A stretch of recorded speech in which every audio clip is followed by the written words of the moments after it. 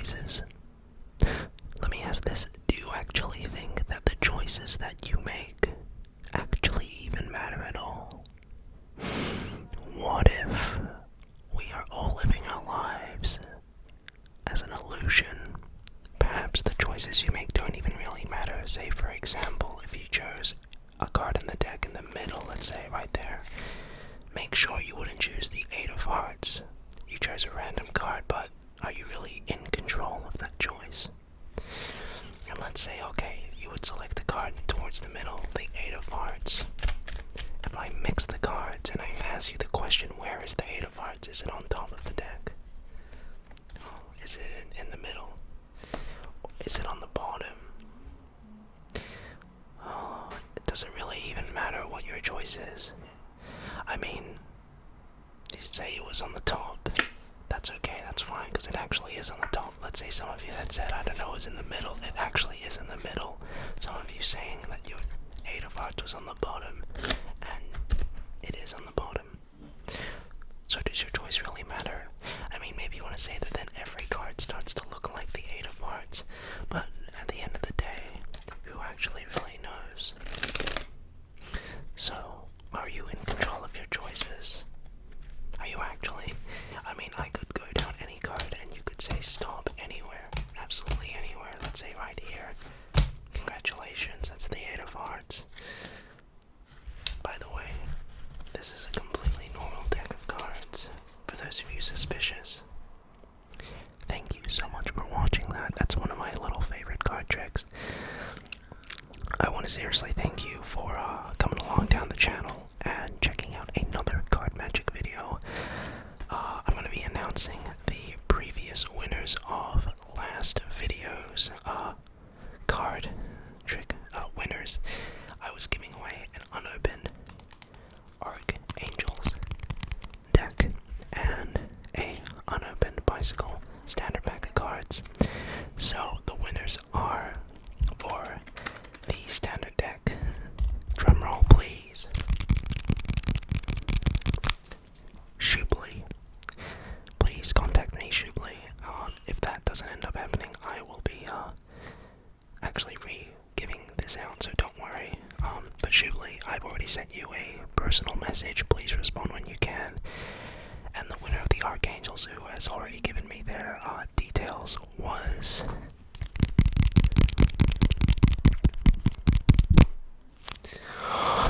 Suppin Gluick, with a picture of the bug. So congratulations to him, and we've already sorted those details out. Okay, so don't worry if you didn't win, because this is my biggest giveaway yet. I'm giving away only one deck, but it's for a good reason.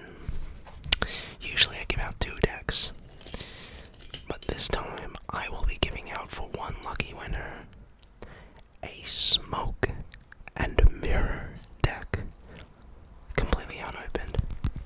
This is like I saw it on eBay, like a $30 deck of cards. You guys see these cards in my videos all the time. My favorite decks by Dan and Dave Buck. I already have an open one to give you a little demonstration.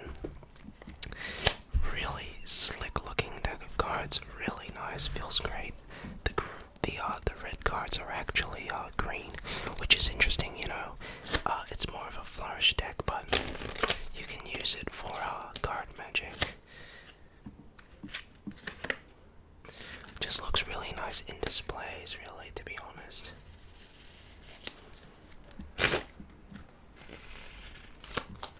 So I'll just show you a bit what this looks like in action, to give you just a bit of an idea of the kind of deck that you might be winning should you win this giveaway.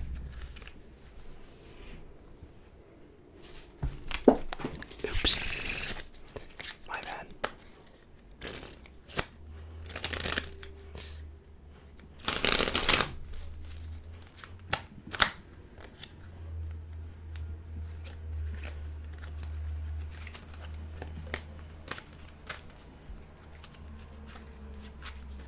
So it is a nice looking deck.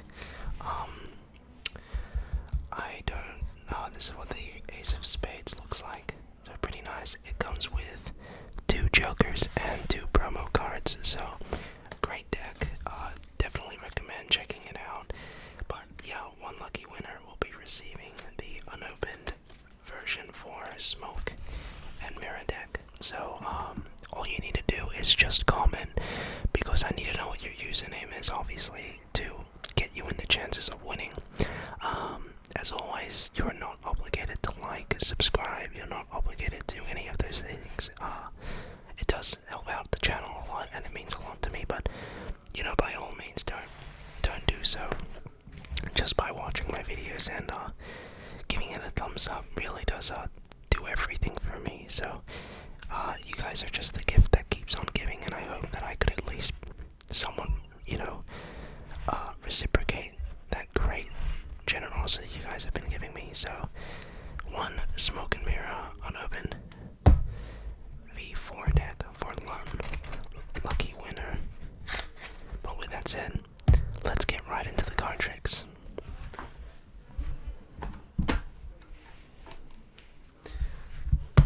So tonight we're going to be doing some pretty interesting tricks. I want to try something out. I'm going to take out my 2 favorite cards. I have a lot of favorite cards, okay? These 2 cards are... Come on, where are you? I can't do this trick without you. The 2 one-eyed jacks. The 2 one-eyed jacks. These are fantastic, as you can see. 1 eye each. What we do is we'll take them and I'll just place them under the card box so you can still see them the whole time. But for now, we need you to select the card. So let's say you said, stop right there, be the 5 of spades. Lose it more or less in the deck. And it's a tendency for me to show that the card's not on the top or on the bottom. One more little mix. So, before I even started this trick, the jacks actually caught 1 card in between them. Watch. I'll try replicate it again. Watch, I'll take 1 card invisibly. You can see that. And just... Did you see that? I don't know if you did, but watch. Now, in between the 2 jacks is actually 1 card. And what was the card that you ended up choosing? Was it the 5 of spades? And here's the thing. You can see, I'll put it in the middle. There's a good number of cards separating those 2 jacks and the 5 of spades, but watch. Just like that. The 5 jumps back up in between the 2 jacks. So let's try and take this a bit of a step further. The jacks, as I said, can find any card. That 5 of spades, despite me shuffling it, I won't do anything, but those 2 jacks, they will hop onto the deck, and they'll be able to find that 3 as easy as it can be. So let's try this. Place them down. I'll get the cards and watch them catch 1 card. 1 card in between the 2 jacks. The 5 of spades. Again, the jacks can find this 5 as easy as it can be. To see you actually, I know what happens. See, you can't actually see it happen usually. So what I'll do is this. Take the 2 jacks. I'm gonna ripple or dribble the cards, and watch, the jacks will catch 1 card in between it. I'm gonna riffle them like that, and you'll see the jacks catch 1 card. I'll try to do it as slowly as I can so you can see it. Ready?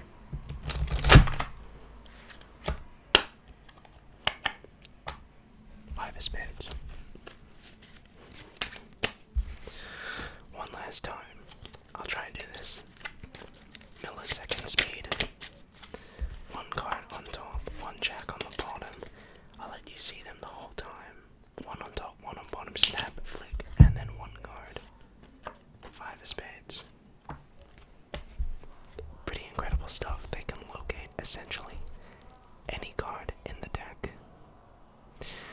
so let's see. I mean, it's nice if they can locate the one black five, right? Because that's the card that we chose, wasn't it? It was what, the five of spades, wasn't it? But hell, wouldn't it be even better if perhaps those jacks could not only, if they could not only, firstly, find that five of spades, but find its brother, the five of clubs. Watch, I'm gonna take the cards, take the jacks, and just cut them into the middle of the pack. And watch. No funny business. Bingo. Just like that. Just like that. I spread the cards out now. One card in between the two jacks. But also, one jack made sure to grab another card when he could. Check this out. Take these four cards out.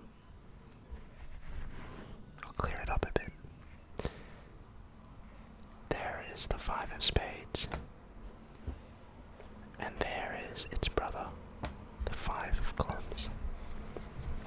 So, pretty crazy stuff, eh? And the thing is that you know, of course, about every deck of, well, every pair. Every pair has its cousins or its sisters. Depends how you wanna, it goes by many names, but hell. I mean, you have the two black fives, you can get the sisters, which would be one. Wouldn't that be the two red fives? So instead of the jacks actually finding those two red fives, watch. There goes jack number one into the first red five.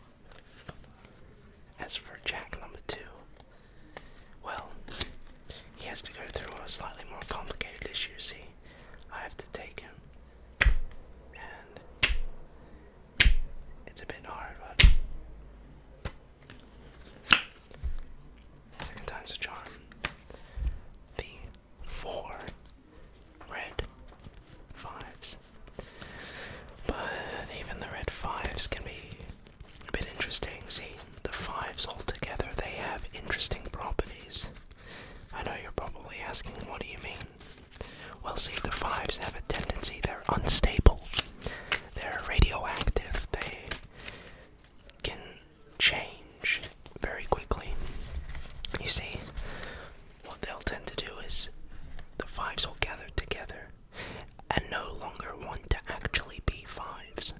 Okay, so what they'll do to stabilize their, or to reach a state of stabilization, they'll actually be taken and just, and change into the four sixes. There's one, there's two, there's three, there is four sixes. Okay, so why don't we try something with the four sixes, I guess. This is a exercise in gambling. They start up on the top. I'm gonna shuffle these into the back, and I'm gonna see those four sixes. They tend to clump together because they are attracted to each other. So despite me shuffling the cards, it doesn't matter really what I do, because firstly, there's one six. Six, number one, I guess you could call it. I'm so sorry, I literally just dropped my phone because I did a move, but I'll have to try it again. Oh, that was so funny. Okay, six, number one. Let's try to find, yeah, just like that. Six, number two. That's two sixes.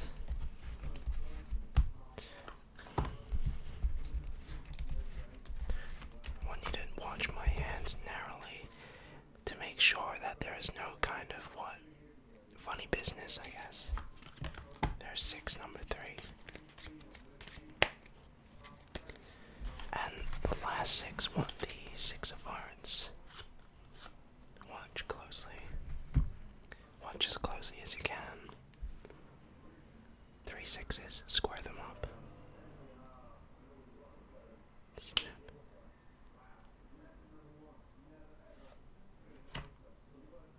One card appears from the back.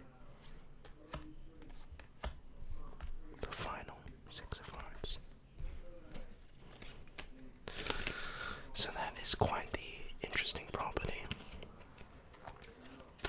But again, the interesting thing about the sixes is that despite them coming together really easily, the sixes, again, they can be taken and say you'd want to, I don't know, do something called revertation. That's pretty easy to do. If they come on top, just like that, they'll turn back to the fives. So that is also quite the interesting endeavor. I think we'll finish it off with one more or two more tricks.